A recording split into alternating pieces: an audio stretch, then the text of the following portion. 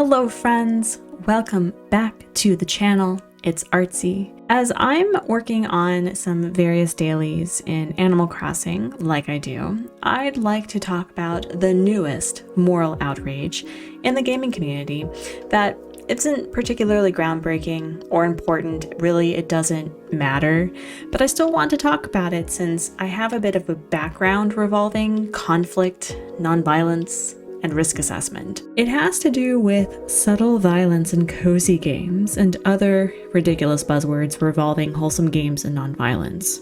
The article in question, Wholesome Games Are Awkwardly Comfortable Depicting Violence Against Animals by Mark Delaney on GameStop, which was published in late July of this year, talks about how a counterculture of non-violent games is on the rise, but many games preaching coziness remains content to depict animal harm, and says the following. Perhaps the poster child for the wholesome games genre, Animal Crossing, is both inspired by predecessors like Harvest Moon and a direct inspiration for games that have followed it, such as Disney Dreamlight Valley. I've never played, so I don't know the reference to that. Going back to the article, its gameplay loop consists of breezy activities such as decorating your house, designing clothes, and gardening. It's certainly one of the most successful games of its kind in the industry's history, and I would never argue its success, but I do take issue with its label as a wholesome or non-violent game. In Animal Crossing, one of the major daily activities is fishing. Both here and in many other examples within the genre, it's the fishing mechanic that most reliably reveals the dissonance between what a game's vibe is intended to be and what it actually depicts. He ends the article with an interesting point that, but once you've applied the labels of wholesome or non-violent to a game, it becomes your responsibility to identify and challenge the problematic notions that might be lurking in the gap between what you know and what you show. I need to stop him right there because Nintendo has never once called any of their Animal Crossing games wholesome or non-violent. That is something the community has described the game because of the impact Animal Crossing New Horizons specifically left on the world during the COVID-19 pandemic in 2020. Nowhere on Nintendo's site do they use these terms. Aside from the fact that Mr. Delaney does not seem to connect what's culturally relevant to Japan in his article, the fact there is gatekeeping in what we call cozy games, and I'll get to the definition of what I think is a cozy game in a bit, but this is just, well, silly. And the response from everyone on Twitter when this article was shared was as expected. Eye rolls, laughing gifs, and calling it silly. To preface this video, I have 2 degrees in conflict analysis and resolution. I literally studied the concept of violence and the lack thereof in 3 different countries with 2 educational institutions and 1 NGO. I say this not to say that I'm a professional on the topic, but I kind of am. And I say this not to say a person can't have a preference for game mechanics, but we've seen the argument before under a different name. Do violent games result in violent people? In this instance, does a violent game mechanic encourage violence in real life? In 2020, PETA sought to boycott Animal Crossing New Horizons by buying the game, multiple copies, and making picket signs protesting the virtual museum that houses virtual animals on your island. So if it wasn't hypocritical of them to buy the game they wanted people to boycott, perhaps even the console the game is played on, PETA is everything but a non-violent animal welfare group. The Virginia Department of Agriculture and Consumer Services released the death rate of PETA's animal shelter in Norfolk, Virginia, and registered an increase of 5%. The death rate increased from 66.2% in 2020 to 71.1% in 2021. Arguably, they have an open-door policy of taking animals that no one else would accept, and therefore their euthanization rates, to quote the organization, will be higher. However, and though this is not the topic of this video, it's hard to find where the line is for PETA and whether or not an animal has a fighting chance or if they are just simply culling the animals in their care. The difference between this and, say, a cozy game is that real animals are killed. Blather's Museum is a virtual space to interact with creatures, including a slight education component if you let Blather share his knowledge.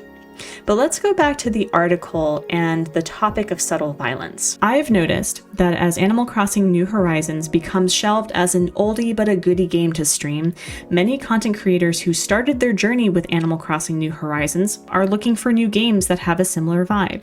And so the title Cozy Gamer or Cozy Content Creator allows for them who are just Animal Crossing content creators to expand their content with other games their community would enjoy watching. To me, cozy games are games that don't necessarily penalize you for playing a certain way or removing mechanics you're not interested in using. They are games without a time crunch, without a true right way to play. For example, it's entirely possible for you to complete the community center in Stardew Valley without actually fishing, or going down into the dungeons getting monster parts. The Joja playthrough removes that entirely because you pay money to unlock the various things that progresses the storyline. The newest cozy game that's taking the community by storm, Dinkum, is entirely playable without hunting the animals. Many animals will hunt each other and leave behind meat and bones that you can use for food and crafting. Will this affect your gameplay in the sense that it takes longer to complete goals or perhaps certain aspects of the game are inaccessible? Yeah, but it doesn't make the whole of the game impossible to play. And what this article, interestingly enough, doesn't point out is the fact that you can commit apparent ecocide on your Animal Crossing island or on mystery islands using Nook Miles tickets or Captain's Tours. Where is this moral outrage to cutting down trees or decimating minerals? Those in real life have very real environmental consequences, and yet crickets, nothing. True, trees and rocks are not sentient creatures, but are crucial to ecosystems to beings that are. Now, I want to say this, and I will say this until I'm blue in the face. I am not shaming anyone who is uncomfortable with a hunting mechanic in a cozy game. I'm not shaming anyone who makes the decision to abstain from the mechanic while playing, or choosing to avoid playing the game altogether. That is a very personal choice, and it's very difficult to practice what I call wading through the ick, and sitting with your discomfort to understand the shape of it. And it could simply just be, I don't like hunting mechanics. I don't like to fish in games. It doesn't have to be anything more than that. But calling Animal Crossing New Horizons subtly violent reeks of Western white privilege, and I'll tell you why. One of my biggest gripes with my degree is the fact that we look at conflict and teach violence academically, often with a Western mindset, forgetting that people are messy, emotional creatures. When we are in survival mode, regardless if it is truly a life or death situation, we don't think logically. We aim to survive, and we aim to remove the threat. Again, being vegan and being environmentally conscious and striving for non-violence is great, but this is where I kindly ask the author to check their privilege and realize that certain healthy lifestyles are inaccessible to people in communities where there are food deserts, where fresh food is expensive in comparison to their processed counterparts, where meat is often less expensive per unit than, say, a vegetarian substitute, and this is if a vegetarian substitute is available, where many cultures around the world depend on animals to survive. I have issue with the industrial agricultural model for animal keeping, but who the hell am I to go to a less industrialized, or in development terms, a developing or underdeveloped country and tell them that their practice of keeping cattle for meat, for currency, for a dowry is wrong because I choose not to eat meat for whatever reason? Even worse, how racist and grievously incorrect would it be for me to go, oh, it's okay, they don't know any better, because that's how this sort of moral outrage sounds. What's fascinating here is moral outrage is culture dependent. Nintendo is a Japanese company. Japan is a heavy seafood eating culture. Global overfishing besides, Nintendo is not wrong for featuring cultural components like fish eating to their games. Many people around the world find joy in fishing trips with their families. I don't personally, but they're not wrong for feeling that way. And this coincides with gatekeeping cozy games because this is moral outrage in a space that truly has no real-life consequences. Real animals are not hunted in Dinkum. Real whale sharks are not kept in Blather's Museum. And it's the museum in Animal Crossing New Horizons that I keep coming back to, what with the article's issue with fishing and PETA's hypocritical protests. If you've been to my live streams before, you know that I get so up in arms with Museum Day and talk about how it could have been the best holiday in the game.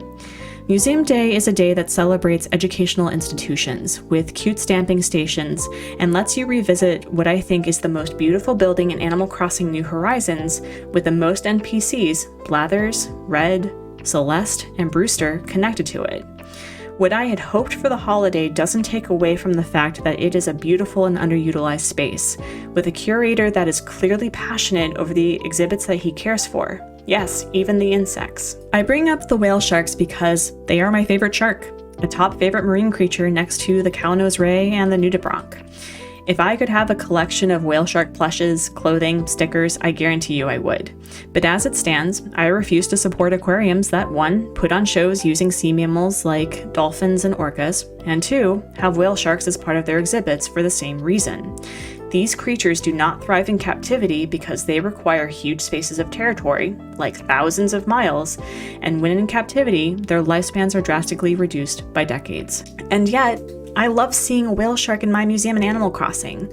I know for a fact that I will likely never see a whale shark in real life, but getting to interact with creatures that would be impossible or perhaps unethical to do so in a virtual space encourages wonder and realizing the world is bigger than we are. Let's also include the fact the museum includes creatures such as the oarfish that literally cannot survive at sea level pressures. So it's clear there's a bit of creative license involved knowing that there are exhibits in the museum that aren't actually possible. It doesn't take away the fact the museum is a beautiful building and that was designed with care and the hopes that Animal Crossing players hang out with their villagers or other players in various exhibits or at the roost. This really doesn't matter in the grand scheme of things. And at the end of the day, despite my academic background, it's still just my opinion. But it does bring an interesting point in the trend of cozy or wholesome gameplay and streaming. I think many game devs are including the you do you mechanic to their games, focusing heavily on the ambiance, on games that people can devote hours to that lets them be creative in what they choose to do with their time. But this trend isn't new. It's more that we're recognizing as a community that we like being part of cozy, honest spaces, picking streamers to unwind to after a long day, or perhaps falling asleep listening to their antics. That's not game dependent, but place dependent, people dependent.